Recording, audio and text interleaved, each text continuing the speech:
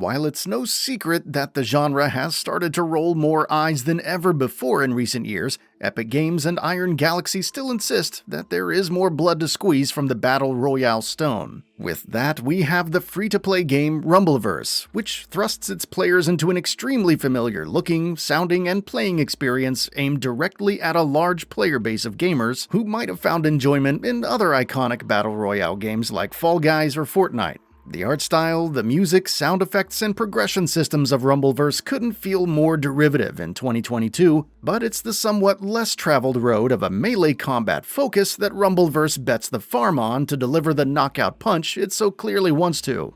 As noted, but cannot be stressed enough, Rumbleverse seems to intentionally replicate the look and feel of its countless counterparts ad nauseum. Character models, environmental objects, visual effects, music, sound, even the UI is strikingly similar to the games it's currently trying to shepherd players from.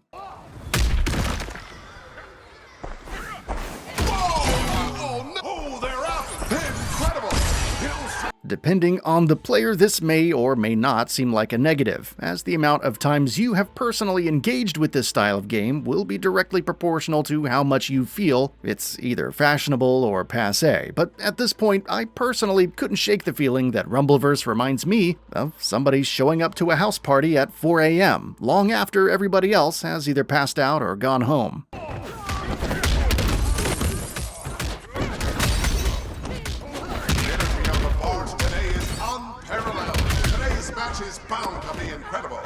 Hand-to-hand combat in a large Fortnite-style Battle Royale environment such as this might sound like a nice way to mix things up, and it can feel that way at times. Jumping into the mix and slamming others around while they do the same to you does produce some silly fun, and landing a perfectly timed dropkick on an opponent that spent the last 5 minutes terrorizing you is undeniably satisfying. But without a way to take advantage of all that space to attack enemies or accomplish much of anything else, the large battlefield mostly just dissolves into a series of disjointed pockets of mini-battles, where a few people are all bashing each other around until a victor emerges and moves on to the next micro-scuffle. That cycle largely repeats itself until the last skirmish between whoever is left and the ultimate winner remains. As would only make sense, the final moments usually consist of the better players, but other than that, there's little making one fight feel different from any other one. What's more, the ever-tightening circle of the arena, a mainstay characteristic of the Battle Royale genre, does almost nothing to change the dynamic of the match or inject much urgency into Rumbleverse's battles, since players are already close to each other by virtue of the hand-to-hand combat.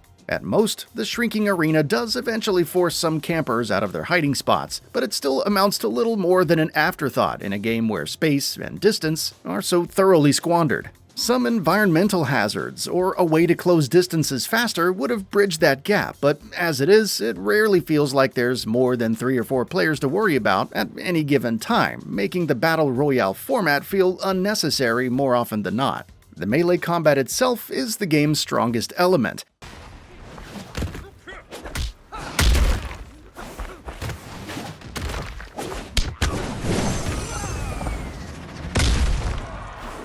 This should come as no surprise given that it's pretty clearly the only area where Iron Galaxy felt the need to stand out, but for what it's worth, it's a pretty solid system. Wrestling-style grab moves, drop kicks, flashy combos, uppercuts, special moves, and even the occasional chair or plank of wood can make these chaotic scraps decidedly amusing. Adding fuel to the fire are various perks that raise your max stamina, health, and other buffs that can make some players more well-positioned than others. Leaping headfirst into the fray and hoping you come out on top isn't inherently any worse of a strategy than skulking in the background and picking off opponents as you see fit. I was surprised to see just how well or poorly I could do with just about any approach I could think of. And that's what you want to see in a game like this, as it seems to have room for a good variety of playstyles to all flex their skills in the game's solo or duo matches. Camping behind cars or other objects for the majority of the match is easily done though, whereas in other games with projectile weaponry, hiding out somewhere is balanced out by a sniper potentially picking you off at any moment. Rumbleverse has no such counterweight. I never found myself in a match where more than a few people did this at a time, but I imagine such tactics are an inevitable speed bump for the game long term. A bit more variety would have gone much further for the staying power of the experience, as the literature you find scattered throughout the map that teaches you different takedowns rarely makes the combat feel any different by the end of a match, making each cartoonish cloud of lawless nonsense start to resemble the ones before it more and more as time goes on, despite them never totally losing that last bit of goofy charm. Rumbleverse has a familiar progression system mixed with challenges that you chip away at during matches.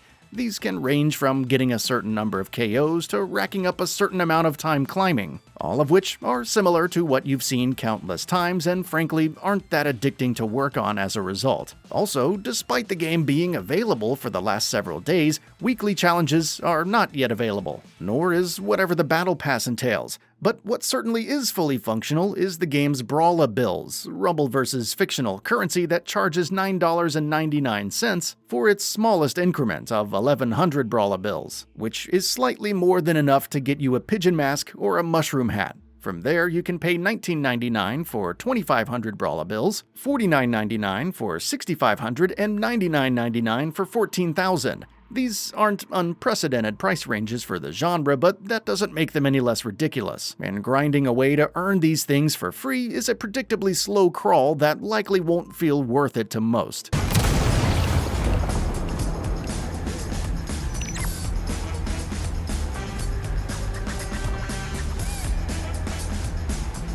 Honestly, I can't walk away from Rumbleverse feeling particularly impressed. While it manages to replicate the core tenets of its genre to a T in most areas, and does so in a stable, polished package, it makes a near-fatal mistake in thinking a focus on melee combat is some sort of huge ace in the hole. In fact, it often feels like a mismatch for the genre, as the large maps are so often underutilized by the inherent closeness the combat requires. Rumbleverse could have easily been a more standard online brawler that puts 10 fighters in a map a quarter of the size of this for a virtually unchanged experience. As a free-to-play battle royale game, you could certainly do a lot worse, but at the same time, I struggle to imagine who Rumbleverse will hang on to long-term, with so few ideas of its own and a combat system that, while charming, is just too shallow to stay fun for more than a short while. That's all for now. If you enjoy what you saw, please hit the like button. And if you're new to the channel, now is a great time to subscribe. We upload brand new videos every single day. After subscribing, don't forget to enable all notifications by clicking the bell icon. Thanks for watching this video, and we'll see you next time, right here on GamingBolt.